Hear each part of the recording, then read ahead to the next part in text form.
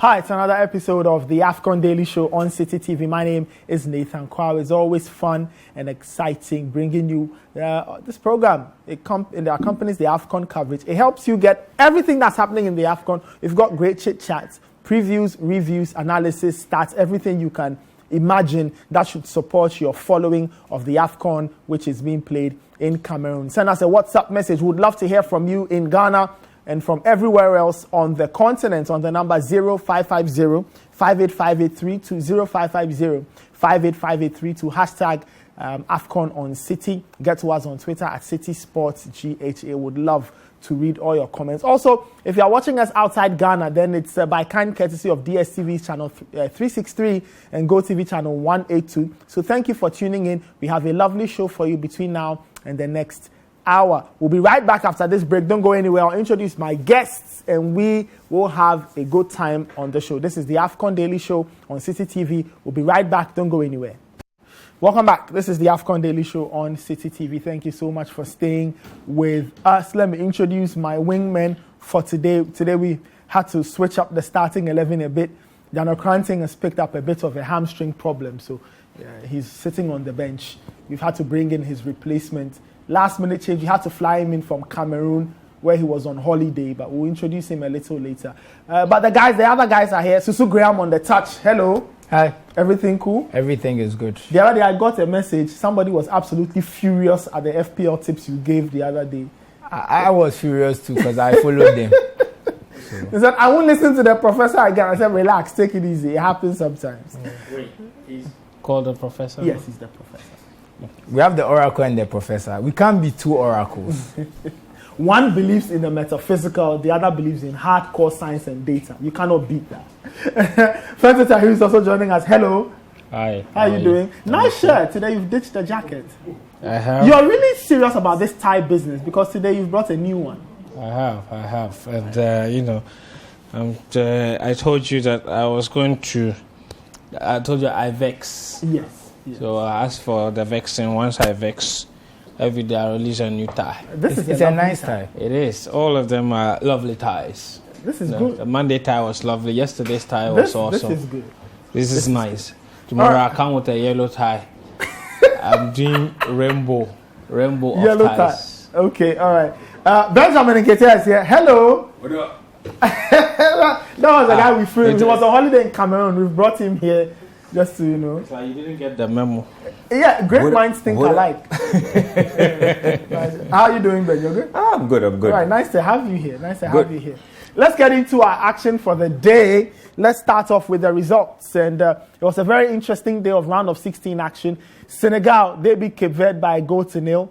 And Morocco, they beat Malawi by 2-1. We said the two favorites needed to wake up, and they did wake up. They put out very, very good displays in these two encounters to grant them tickets to the last 8 of the AFCON in Cameroon. Let's start off with Morocco. They played Malawi in that game, and it started off brilliantly. Gabadinho Mango scoring one of the goals of the competition, and at that point, the entire Malawi was buzzing. Blantyre was buzzing. Lilongwe was buzzing. Everywhere was buzzing in Malawi. Little did they know that the Moroccans had a few surprises for them in the second half. And the Moroccans did respond. Youssef El Nesri, and then a lovely free kick by Ashraf Hakimi. That is quality for you. And his teammate at PSG, Kylian Mbappe, was equally excited via social. Ben, let's get your thoughts. It's your first time on the show. Mm-hmm. What did you make of this encounter? Morocco turning it round to beat Malawi by 2-1. Well, not too surprised. The mental fortitude of the Moroccan team has been one of their stronger fortes in this particular competition. And I can take it from as far back as the first game of the competition against Ghana, when they didn't play too well in the first half. They didn't seem too bothered. And this is not even just the players. I was talking to a couple of Moroccan journalists who all seem to believe that they have a team that don't necessarily play the flashiest of football, but they always seem to believe that they can get something out of a game no matter how long it takes. And I think that in tournament football, that's one of the attributes that you need to have to be able to win, because tournament football isn't necessarily about playing the best of football or even creating the most chances, but you need to be able to knuckle down and say, when I go down by a goal, I'm not going to beat myself up and say it's going to be difficult to come back. You just need to stick to what you know. And that's what the Moroccans basically did. They stuck to what they've done all competition. They are one of the better passing sides in the competition so far. And they know how to mix it up as well. And for a team like Malawi, going up, especially by that type of goal, can derail your focus a little. You get a little overexcited. You get a little... you lose focus a bit. And that can just ease Morocco back into the game. So when I watched this game, that's what I got. That Malawi took their foot off the pedal after they scored their goal. Morocco knew that they risked crashing out at the round of 16 stage. And I mean, if you go out of that if you go through that particular group only to come and crash out to a team like Malawi, I mean, no disrespect to Malawi, but Morocco are a bigger side. They have more quality. They are better coached. So in the end, they managed to hold their nerve, and I'm not too surprised they came out with that result. Friends, was it a bit of inexperience, or Morocco just had too much for Malawi when they got back into the game? I think it's more of the latter, and I said that here yesterday, that I thought that Morocco were going to beat Malawi. Yes. And you know, all of that is based on the fact that we speak about tournaments. Morocco have looked very, very strong in this competition. A very solid team, very hard to break down, and no surprise that it took a very, very special goal to breach their backline. And what a special goal! What a hit! To be fair, but you know, that was a test of something we hadn't seen from Morocco this competition. They had not been behind in the competition so far. So that was a different test altogether. And they needed to dig deep. They needed to show a different side of them that we haven't seen, because they haven't been put in such a situation before. And I think that eventually their quality shone through.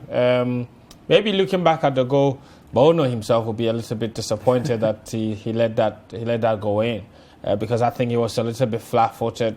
Maybe he came a little bit too forward, underestimated the ability of the striker to take a shot from a distance. Otherwise, he could have saved that.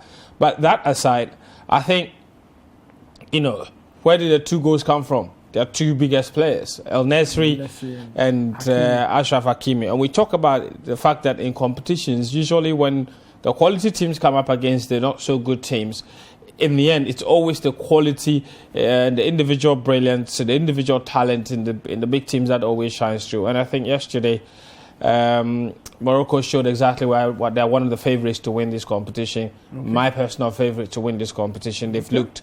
In fact, even when they conceded, they didn't look nervous at all. Okay. They looked like they knew exactly what they were doing, stuck to their plan, and eventually it worked out. And sometimes, you know, you can't really blame anybody. You can't, because it is a little bit. I think it's a little bit unfair to suggest that Malawi probably got a bit complacent. No, they did not. It's just Morocco pummeling them into submission. It's just what it is. You look at the special goal that Achraf Hakimi scored. Like, seriously, what is anybody going to be able to do about that? Like, it really doesn't matter if it was Casillas in goal.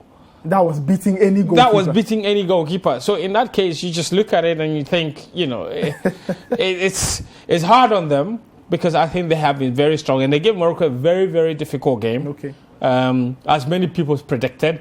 But I think in the end, Morocco just about deserved to win, because they had much clearer opportunity. Their goalkeeper was the much busier goalkeeper of the two. You remember, he even saved another free kick from Achraf Hakimi. Yes. So he was kept very, very busy indeed. And congrats to Morocco. Well deserved. Yeah, well deserved. Susu, what do the numbers say? I always like to look at the numbers when all of this dies down. Did the numbers tell us that Morocco deserved to win? I think they would agree with Fentio's suggestion that their quality just shone through. I think you can see the stats. Let me start with the XG, as we always like to start the XG a lot. So Morocco had 2.7, Malawi had 0.1. 2.7? Yes, and Malawi had 0.1. So I found it very interesting, because when you look at it, the goal they scored, if Malawi took that shot, I think the XG model will give you that you try that shot 200 times, it's probably not going in. That's how special that goal was. 0.1 a bit too low? No. Well, they did. That wasn't a chance whatsoever. It wasn't a chance. It Remember, was. XGs are chances. This wasn't a chance. Yeah, that's what we said. It's a 1 in a million goal, and it was amazing. But you look at things like possession and pass accuracy. I think I expected them to have less possession, but I didn't expect a pass accuracy of 47.49%. I have to be honest, that's criminal, because that means you can't even get half your passes right. And look at the percentage of long passes they played. They played 81 long passes. Morocco played 87, but 45% of their passes were long, and 16% of the Moroccans' passes were long. So you have the ball a quarter of the time, and you play as many long passes. You're not likely to keep the ball. But did you think that when you look at the long pass numbers, what does it point to? A team that didn't want to keep the ball, or a team that wanted to exploit Morocco's highlights? I think we spoke about it yesterday about how Malawi are one of the faster teams, and they use their they move the ball fast. So I said, I'll bring back this graphic of the group stage and how fast teams move the ball. Yes. And if it comes on, exactly, you see where Malawi are right on the left side. Yes. So they are probably the worst passers in the competition, but they are pretty quick when they get the ball. So that's what they took advantage of. So in the end, they only had 4 shots, and Morocco had about, let me just get back there. Morocco had 24. They had 4, 10 shots on target to 2. So it was... Okay. Basically, the goal kind of unbalanced the Moroccans, but the Malawians didn't create much by way of what they did. I don't think if they had gone on to draw, I would have said it was a great defensive performance. But when you look at it after the fact and on paper, they would have lost. Most times they would have lost. But still, it's been a great competition for them. A great performance. They've gone farther than many expected, so congratulations to them. And they might have gotten the goal of the tournament whilst they were at it. So I think that's been a good AFCON for them. Yeah.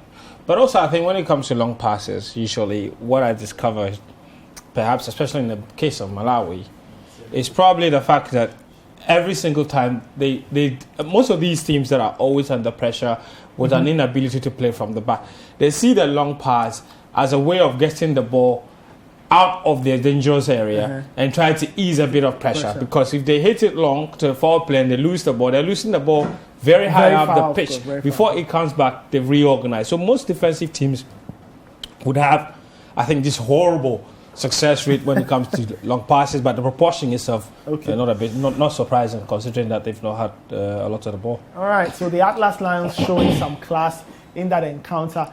They are joined in the next stage by the other Lions, the Teranga Lions of Senegal. They beat Cape Verde by 2-0. 9-man Cape Verde there. In Senegal, we had been criticizing their output in this competition, but yesterday they managed to find form. They managed to turn on the heat. They found 2 goals, Sadio Mane and Bamba Dieng. Now, for those who love their French football, Bamba Dieng is making waves at Olympique de Marseille, and he scored in that encounter. Ben, your thoughts on this? A lot of people feel that the game kind of softened up for Senegal with the 2 red cards, but yeah, they finally scored more than 1 in this competition. They've had a wretched run so far. I don't think you can say this, or you should be saying this about a team that have made it to the round of 16, but that's what it's been. They've limped through the competition. Their coach is under immense pressure, because when you have that type of football pedigree and you have star names in your team, you're expected to not just win games. You're expected to win games in style. Sadio Mane scoring a stylish goal, very good goal.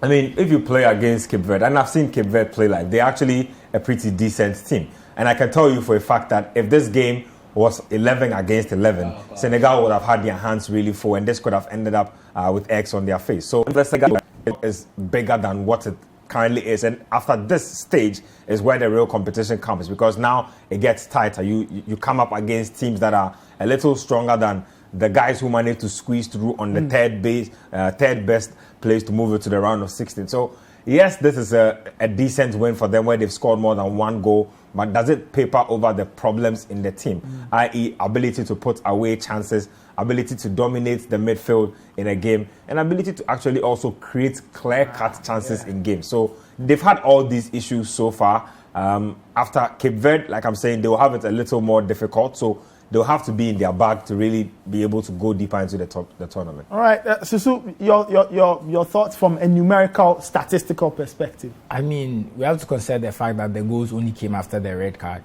So I think it goes in line with what Benjamin is saying. This is not an impressive performance. Okay. They got the result, but for us to say that their only goals were a last-minute penalty and 2 goals against 9-man Cape Verde, I don't think this is not a team that sounds like they'll win the competition based on that. But like you're not convinced? No, they are not convincing. But like we always say, it's a tournament.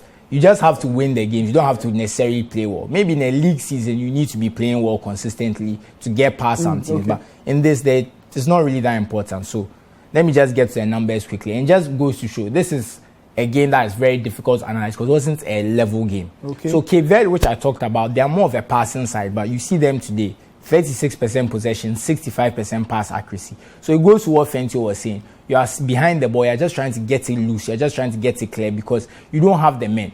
You can't attack with confidence knowing you have 10 men. That's why I focus on the clearances. So Senegal made 5 clearances the whole match, Cape Verde made 25. That should just tell you that they were hemmed in, they were back. I mean, they got down to 10 men very early in the game. Very early in the game. Then they are down to 9. So it's almost like it wasn't much of a fair game in that point. So I think even for the fact that Senegal scored only 2, we can maybe we should look at themselves because you have all this attacking talent. You get a so-called Minu, not to say that they are not a good team, but a so-called lesser light of African football, and you can only score when they are down to 9 men. It doesn't look good on them. So I think there's a lot to think about. Cape Verde had 2 shots the whole game. Very little attacking threats. I mean, if this game had gone to extra time, Cape Verde would not have scored. I don't think this was a game. How often do you see 9 men scoring goals against 11 men? Barely happens. So I think Senegal need to look inward. They need to change something. They need to get better because you are going to face better teams. So that inability to score and create clear-cut chances will be more apparent when you are facing a Morocco or whoever. I'm not quite sure who they are playing because I think their match will be decided today based on... I think they take on the winner. I'm not too sure, but... I'll take a look at the map. I think they take on the winner of the Mali Equatorial Guinea game, if I remember the tree correctly. So thanks. We'll get back to you later. Now let's focus on what I feel are the stories from this game. The 2 red cards. Right. Fair. The first one. Okay. So this is what we're looking at. This is the first red card. My personal view, I think it's a definite red card. Yesterday, we had a conversation about this, and we spoke about the fact that this may not look intentional, but he caught him, and that's a leg breaker. And, the moment the referee goes to the VAR to have another look at it, I told you that VAR and slow motion looks everything a lot worse than it actually is. He did catch a bit of the ball, but I think his foot just caught him above the ankle. And that could definitely have broken his leg. So I think in that respect, it's considered dangerous play. And I think that the right decision was a red card. I can sympathize that perhaps that wasn't the intention. And this is very similar to the Alex Iwobi incident as well. He also just caught him just above the ankle when he also slightly touched the ball. So in this respect, I think it was a red card. Okay. On VAR review, anytime a referee goes to VAR, I think that's it, they're going to give it. African referees, especially at this AFCON in particular, they seem to be VAR happy. It's almost like the moment they go to VAR, they're going to give it. But having seen the replay, I can understand why the referee gave it. Okay. That first red card. Okay. Ben, so clear red card for the first one, yes. All right, Ben, let's walk through the second and see what you make of this. So goalkeeper comes out, Vazinho collides with Sadio Mane, and Mane is out. Mane is laid out cleanly there, and the goalkeeper himself is in a spot of bother. He also gets clattered, and the referee looks at it and decides to give a red card. Your thoughts? I don't think that's a red card for me because look, when you look at the slow down sequence, the goalkeeper comes out with his eyes on the ball the whole time. He never takes his eyes off the ball. So his intentions are clear. Get to the ball and prevent a goal. But Mane makes the situation look actually worse than it is because, I mean, if you know Sadio Mane, he's always looking for a chance to get a penalty. And I don't blame him. if you are a forward, that should be your mentality. So I'm not going to blame Mane, but I blame the officials because again, you have the benefit of replay, you have the benefit of VR, you have the benefit of slowing this down. And sometimes, again, like friends said, VR and slow motions can make things actually look worse than they are. You need to consider context, you need to consider intent. That looked for me like a 50-50 sequence. It could have gone either way. Okay. For him to basically get sent off after his intent or his intentions didn't go his way, I think that's a little harsh. Okay, so for you, what should have been the decision? Well, I'd look at this and say probably a caution, a verbal caution, because if you are going to give a red, if I would say a yellow card, then that would be as well as good for a red card in a situation like this. So if you are not giving a card at all, then you are cautioning him. But if not, you need to send the player off. Drop ball. I think it was either way. I just would have told the goalkeeper that, you know what, this is a star player. You need to be cautious of how you come out sometimes, because depending on what it looks like and how you are coming out to attack the ball, you could actually injure the player. Okay. And it might not be through any fault of yours. Sometimes you come out like this, your heads can collide, concussion, injury. Like it's just danger to yourself, danger to the opponent. You need to weigh all that. I just don't think this was dangerous intent. You see, the reason you give that a foul and caution the goalkeeper, then you're tempted to give him a red card for stopping an clear goal scoring opportunity. That sort of thing. That's what I think, because I genuinely feel like it was an accidental clash of heads. I think so too. And that's why I think it should be a drop ball is in the air. And I was even more scandalized that they allowed Mane to continue. And Mane may have scored a goal immediately after, but you look at his reaction after he scored a goal, he just laying on the pitch, head down. And if you look at the slow motion of how he landed, it was so awkward. He ended up in the hospital actually, and so the goalkeeper actually paid him a visit. We need to review the concussion routine and protocols at this AFCON, because that was unacceptable. Because in the Premier League, that's a straight concussion sub you're going on. Let's have a look at the graphic. So that's the tree, the fixture tree, just to be sure. On one half, we do have Cameroon and Gambia. On the other half, we've got Morocco and Tunisia and Burkina Faso, sorry. Then you've got Morocco. They will take on the winner of today's game involving Cote d'Ivoire and Egypt. And then you have Senegal facing the winner of the Mali Equatorial Guinea game. So that's the fixture tree. And from there, it moves on and on and on until the final. All right, so we'll take a quick break. That's, at least for those who are wondering what's going on, that's the fixture tree. You can start to plot, then update the tree as you go along. We've been doing that here at Citi TV every day and as and when there are games. We'll take a short break. This is still the AFCON Daily Show on Citi TV. We'll be right back. Don't go anywhere. Welcome back. This is the AFCON Daily Show on Citi TV. The gang is here. Fenton Tahiru, Benjamin Nketia, our late sub, and then Susu Graham, who's on touch duties. Let's move it on. Let's talk about some very important things associated with this AFCON. Off the pitch matters, but it's dominated the news in the last 48 hours or so, last 24 to 48 hours. The stampede at the Olembe Stadium in Yaoundé. Now, after everything settled down, the death toll amounted to 8 people, including a 6-year-old child. Very sad, including a surgeon. Very, very sad as well. Several others injured, and they are looking into that. We do know that CAF has moved Sunday's quarterfinal, which was supposed to have been played at the Olembe Stadium. It's been moved from there. It will be played at the Amadou Ahidjo ground, or the stadium, also in Yaoundé. And so that's the update. Now, yesterday, CAF boss Patrice Motsepe was speaking on this. CAF issued a statement. So let's hear from the CAF boss, Patrice Motsepe, and then we'll get into the discussion, get some context, and then see what the way forward is. So that was CAF boss Patrice Motsepe there. Ben, your thought, you were in Cameroon. You've been to the Olembe. Yep. You were at the Olembe. Just give us an idea of the ground vis-a-vis the episode that happened there, so that we can get a bit of context. Well, the Olympic Stadium, I think I was a little shocked by the stampede, but I wasn't too shocked. I'll tell you why. It's a stadium that's built basically on the outskirts of Yaoundé, and so they had room to build it as big as they wanted. They had room to build entrances as big as they wanted, but there's been a very sharp upsurge in fan intake into the grounds. Now, after the first, I think, 2 games or so, their Prime Minister issued an order to have school children close at noon and workers close at 1 p.m. because attendances were not impressive.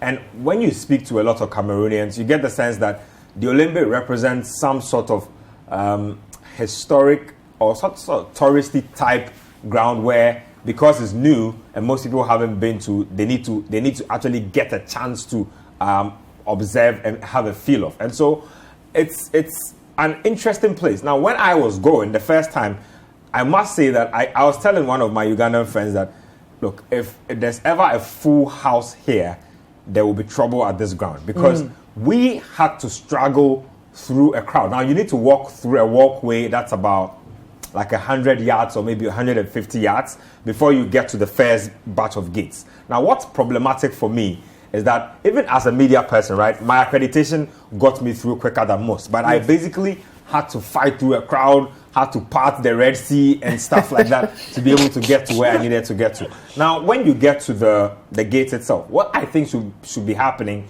is that they need to check your health status, PCR test, vaccination card, and then you go through the first gate to the second gate. But what happens is they let you in if you have a ticket before you actually start doing your medical checks. And that doesn't make any sense to me, because if you test positive, which is supposed to be at the first gate, you have no business going through to the second gate in the first place. So what happened here was that they went through the first gate, which was the ticket gate, went through the second gate, which was the next gate, and then the next point is a security check. But the truth is, there are about, if I'm not mistaken, there are about 5 or 6 gates. That's excluding the VIP gates and the media gates. And only 3 of them were actually functioning. Only 3. Now, what happens also is that you are supposed to admit 80% when Cameroon is playing matches. And so 80%, I believe, is a 60,000 capacity. 80% will come down to somewhere around 47, 48,000 members or fans in the stands. What happened was they were engaged in crowd control and stuff like that. There are a lot of them who are basically just parked on the streets, just watching the crowds, some trying to prevent you from getting beyond a certain limit. So what happens is they're calling off roads 2 hours to games.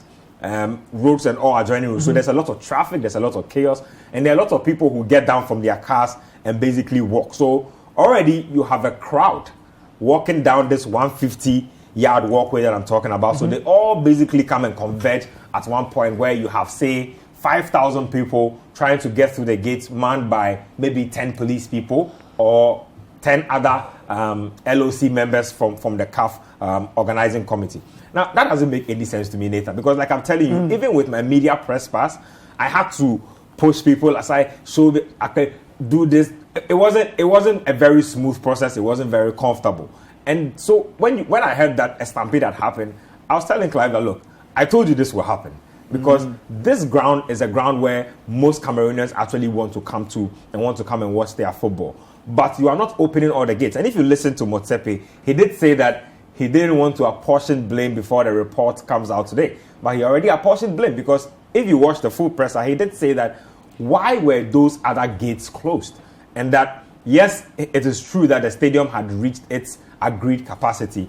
But if those gates were opened, there would have been no essence, or there would have been no need for fans to actually rush through. But again, you can't also blame all of this on organizers. There's a lot of misbehavior at the gates. And again, that's because it's a free gate. After a certain point, guys are trying to get in free. So there's a lot of pushing. Guys didn't understand security telling them that we've reached our 80% capacity and so you cannot come in. Okay. People were climbing over the gates. People were trying to break the joints of the gate just so they could go get a glimpse of Cameroon. And I don't blame them, because if you watch how Cameroon has been playing, it could have been their last game at the tournament.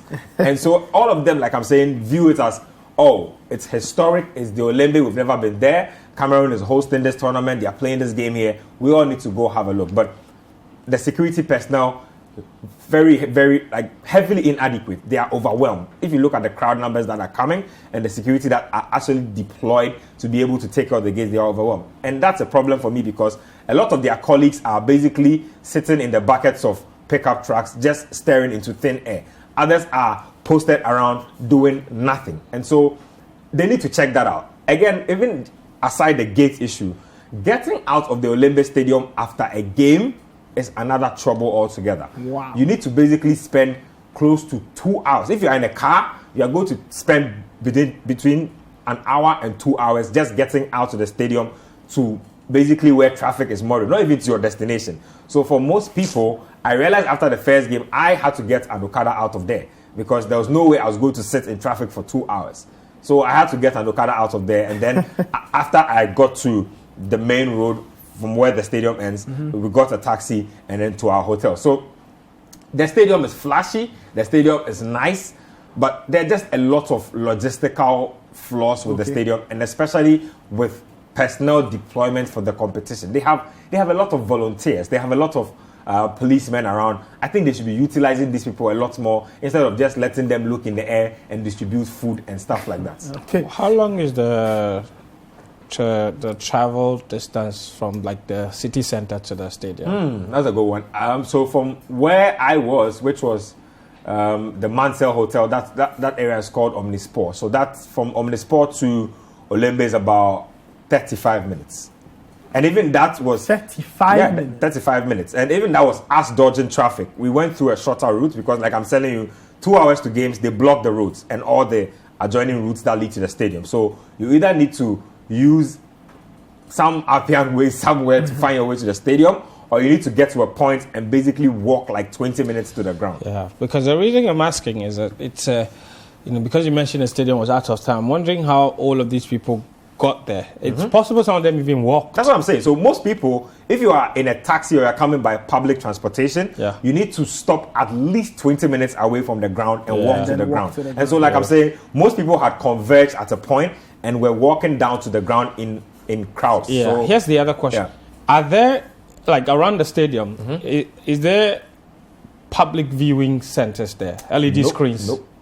And that is one logistical failure that we make at a lot of these events. I personally, like, if I'm planning any big events, even around the stadium, there has to be a lot of screens and a lot of viewing centers around the stadium. Those things will prevent the people from trying to get into the stadium. But the moment they get there and they can't see anything else unless they're inside the stadium, there's trouble. Because usually, people just want to watch the game around the stadium because they want to join the party after the game is done. It's not necessarily because... But if they come there and there are no screens, nothing, and the only way you see the game is if you're inside the stadium, they will try and get in there. And just to add to what Fence is saying, look, in all the games I've observed games at the Amadou Ahidjo, Olembe, and then the Garoua Stadium.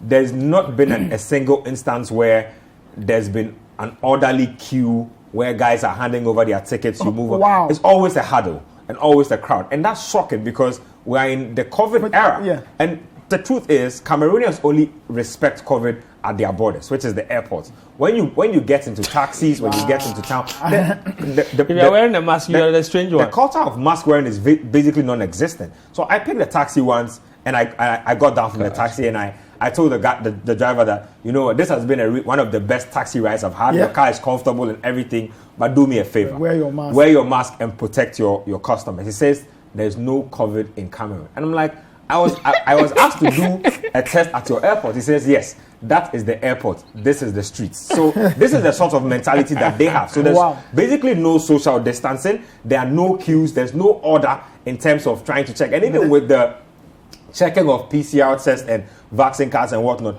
Look, I'm telling you that there are a lot of instances. The Ghanaian contingent were bent on basically getting us to do our COVID test before every game. There are journalist friends of mine who got into games after having done just their first COVID test because they don't check when you get to the stadium. And when they even ask you for it, they don't take a good look to look at the details. God. All they know is that you've whipped out the document and you've shown it to them. Whether it's a negative or positive, they're not really sure about it. They just let you. So as we wrap it up on this, Ben, who would you blame? In terms not blame. How do we prevent this from happening? First of all, because somebody has to be held responsible.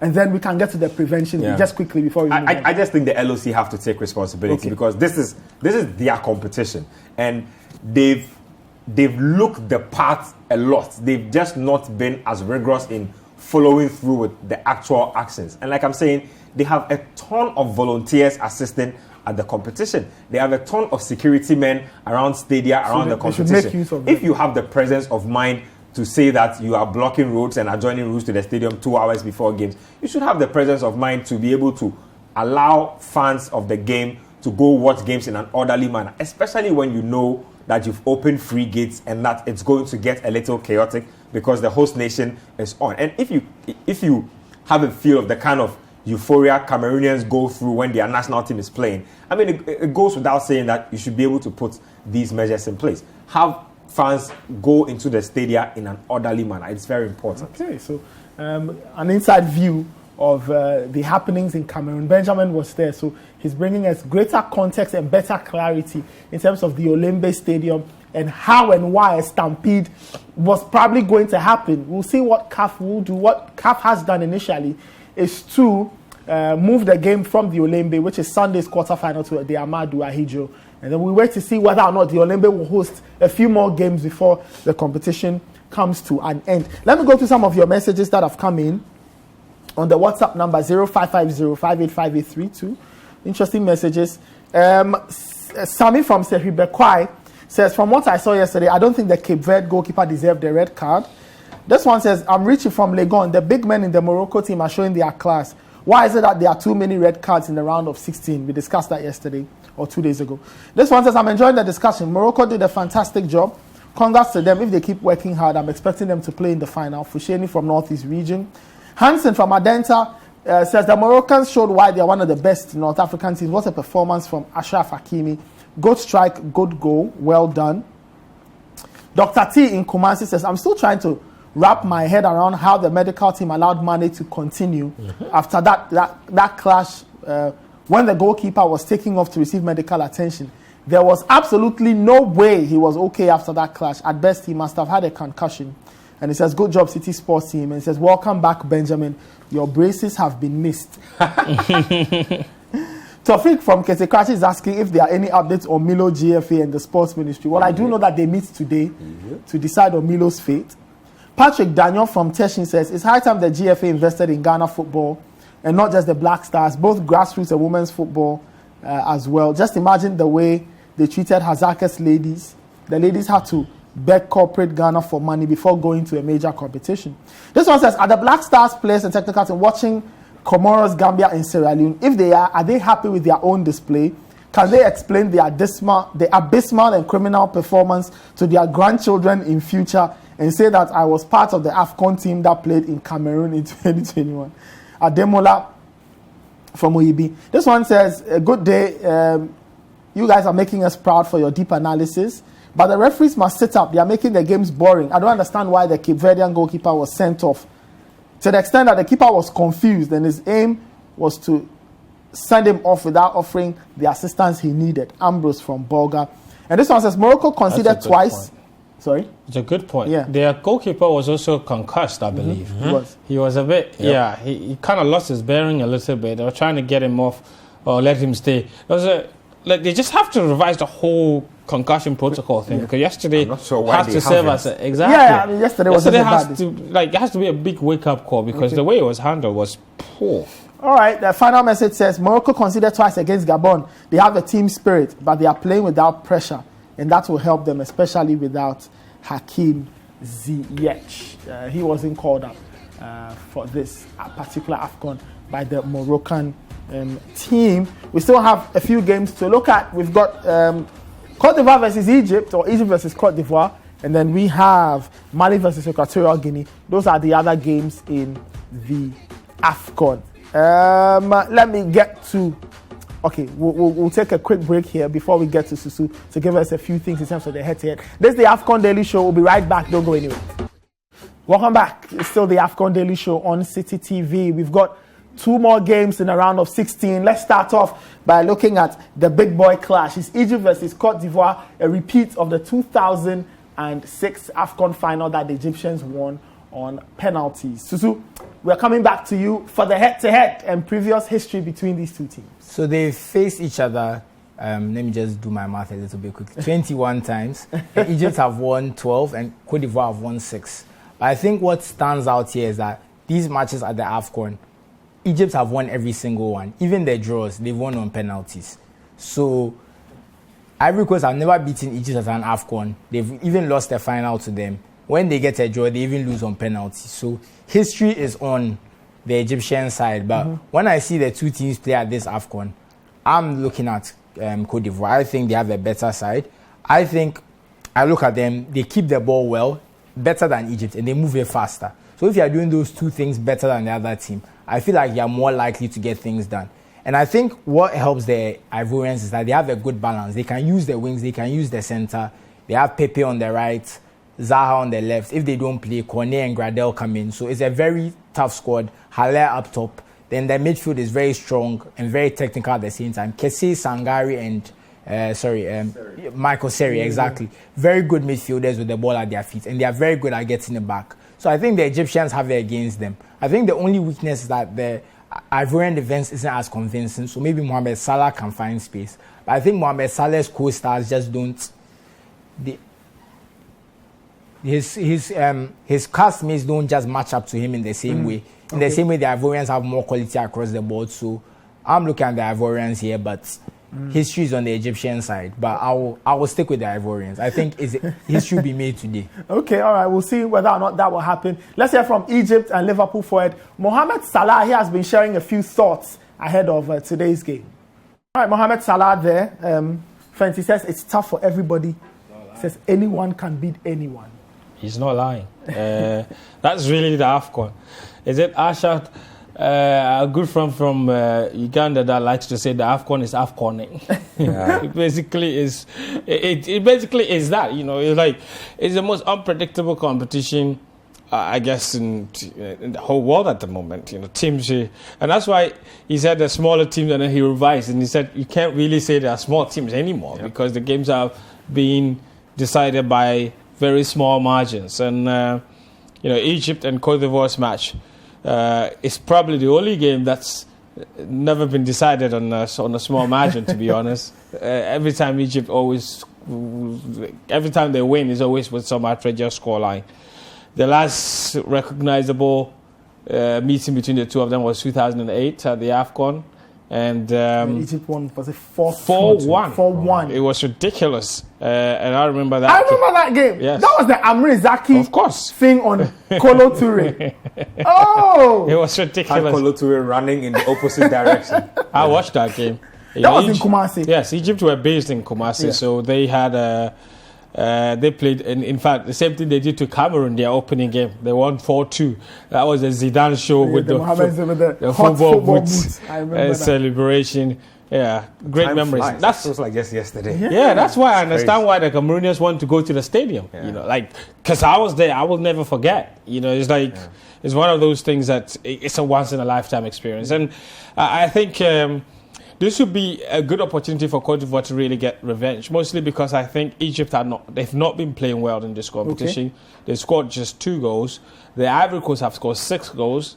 One of only 2 teams, they and host nation Cameroon, the only 2 teams averaging 2 goals or more per game in this competition. So they have goals in them, and through Sebastian Haller, or they're going through the sides where they've got danger in Pepe, they've got danger on the other side as well, in Max Gradel. So that is a lot of firepower up front as far as this team is concerned. In the middle, they've got quality there as well. You know, Frank Kessie, we know him, basically a bulldozer, very intelligent midfielder.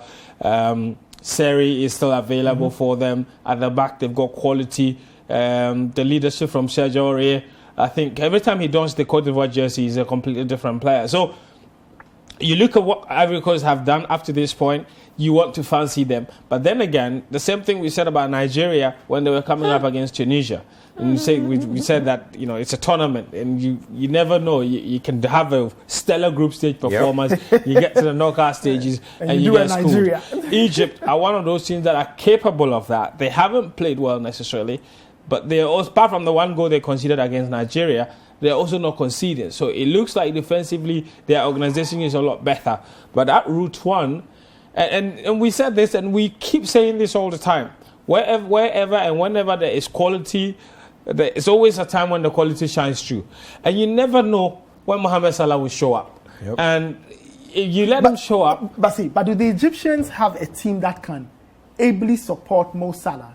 I think they do. And I say so because we all saw the first game where Carlos Queiroz's tactics was just give the ball to Mo Salah and he will probably do something magical. Yeah. You expect that the other players would carry, for example, if Mo Salah is carrying the team, the other players are carrying Mo Salah, if you get what I mean. Especially in a game like this, where Cote d'Ivoire's like primary game plan will be to take Mohamed Salah out of the picture. game. But you see, that's why I always say, that's why we sat here and then we blamed Carlos Queiroz for that defeat in Algeria. Basically, he didn't make use of his attacking play as well. It was one wrong deployment of personnel. Mohamed should not be playing out wide. Salah central. You've got threat in Ramadan Sobi. You've got threat in Mahmoud Trezeguet. Why aren't you using these players to their biggest strength? Yeah. Trezeguet out on the left, Sobi out on the right, Mohamed through the middle, Salah just behind them, sort of. Or if you want to withdraw one of those players, put Salah out on the left and let him play as an inside forward like he does for Liverpool all the time. On the right, so he plays. Yes, exactly. So, I mean, I think they've got personnel. I think that's why a lot of the fans are very much up in arms against the coach. I think that they've got some abilities in them to be able to cause Cote d'Ivoire some problems. As to whether the coach will play to their strengths and make sure that they are operating at maximal level is another conversation. Then when we turned the story on its head, we saw the Ivorians do a number on Algeria a few days ago for them to qualify. Can they repeat the trick against this Egyptian team? Because when you break them down into component parts, the Ivorians do have a very good collection of players at this competition. And that's the first step to actually winning a game. Putting your best players on the pitch. I've seen situations where teams have tried to hide their best players on the bench, saving them to throw them on later. I'm not sure what that's all about. But that's a question. The biggest for the opposition to get that. The biggest takeaway from watching Cote d'Ivoire is having high standards. So I watched their first game. Patrice Baumel, after even that victory, told pressmen that he was not happy with how the game was won. I'm guessing that the type of victory he preferred was the victory against Algeria, where there was basically almost no foot put wrong. Defenders performed their duties until I think they thought the game was done, and then they let their guard down a little. They are a team that will question themselves, exactly, especially if they look at their head-to-head record with the Egyptians. They will look at the squad within and ask themselves, why should these guys be beating us again? Because they have a better midfield, they have a better defense, they have a better attack. If you look at player for player, take away Mohamed Salah, and this Cote d'Ivoire team is dominant. In fact, Wilfred Zaha has been spending a lot more time on the bench than on the pitch in this competition. And that just tells you the level of quality that they expect. Also, you look at a guy like Nicolas Pepe. All of a sudden looks a very different player. His confidence is right up there. He's taking shots that he would have passed up a couple of months ago. He's playing in a team that look like they understand each other even when they close their eyes. And you mentioned Nicolas Pepe. He's on our monitors here. He has a 33% conversion rate. So he's taken 6 shots and scored twice at the AFCON so far. He's looking like a man who can take on anybody. And if you have a forward man like Sebastian Haller, you dare to dream, especially with Pepe and Gradel on either side, because his hold-up play is some of the best I've seen in this competition. It just plays into what Carlos Queiroz does. And I know you asked me about Cote d'Ivoire, but Queiroz is a very interesting manager. When he goes up against a team he knows has a team that's better than his in quality, he will prefer to sit back, concede the possession, and look to break and look for set-piece opportunities. If he knows that he can go toe-to-toe with you, then it will be an open brawl sort of game. But I don't think this will be an open brawl sort of game, especially after watching what was done to Algeria. And Algeria are no minnows. I firmly believe that if Cote d'Ivoire will take hold of this game, it will have to be in the middle of the park, because Egypt have what? Ashur, Tawfiq, and Al-Shanawi, and outside. They're not great central midfielders. They are good central midfielders. They are not great central midfielders. So if Cote d'Ivoire wins that midfield, they win that midfield battle, Egypt are in trouble, because every time Egypt get the ball in the middle of the park, instead of actually looking for the open man, they are looking to go to Mohamed Salah first, and that does not help. It really bothers me. It doesn't help. I mean, the midfielders they have are not players that have, like Ben said, that have a great El Neni. What is he good at? You see, and this is a contrast from the Egyptian teams from back in the day, whereas you had midfielders who had no bother whatsoever. Hosni, for instance, could basically break out of the middle of the park. He could find a through pass. He could go for a long range shot himself. And the legend himself. Mohammed. Mohammed Abu Treka. Thank you very much. They just don't have that sort players of have come and gone. They don't have sauce. They don't have versatility about them. So they are a very predictable team to play for Cote d'Ivoire. And I think that, look, I'm just saying that just put everything aside. Tactics, blah, blah, blah. I think it's a game of pride for Cote d'Ivoire in this encounter. They've seen what they've been able to look themselves in the mirror and told themselves that, look at what we just did to the defending champions. These guys should not cause us any problems. All right, we'll see. That game is at 4 p.m. I always say this blockbuster game should be at 7 p.m. under the lights. It should be fun. The game that will be under the lights is between Mali and Equatorial Guinea. Now, the Malians have come into this competition with an enhanced reputation. Lots of people see them as a team that is rising in African football, but they have to get past Equatorial Guinea. That game will be played at 7 p.m. Guys, quick thoughts on this. The Malians themselves have not really enjoyed the AFCON. Okay, let's get to Susu before I come back. Susu, head-to-head, what are we looking at? Or any other things you want to tell us? The head-to-head is very simple. 3 games, 3 wins for Mali. Not much to talk about there. I just want to look at this map. I always like to talk about play styles. Look at the Malians right here. Graphic. They are great. They are great at keeping it. No, it gives us an idea of how the team plays, so we can visualize. So the Malians are right all the way on the right, and that midfield we talk about Simasako, Haidara, and etc. They have midfield talents coming out of their ears. If they could, they'd probably play 10 midfielders if they had their chance. That's how good the midfield is. Then you see Equatorial Guinea all more on the left, so they don't keep the ball as well. So you're going to see a more Morocco, Malawi repeat kind of. That's what you should expect. But I think, like I said, when I see a team that can keep the ball so well, I tend to favor them. So I'll go with Mali. So you go with Mali? Yeah, and the last thing I'll say is you guys forgot Ahmed Hassan. So I think that's disappointing for me. Forget Ahmed Hassan. Belgium based. Guys, so who's winning? So who's winning the games today? I'm going for Mali to beat Equatorial Guinea.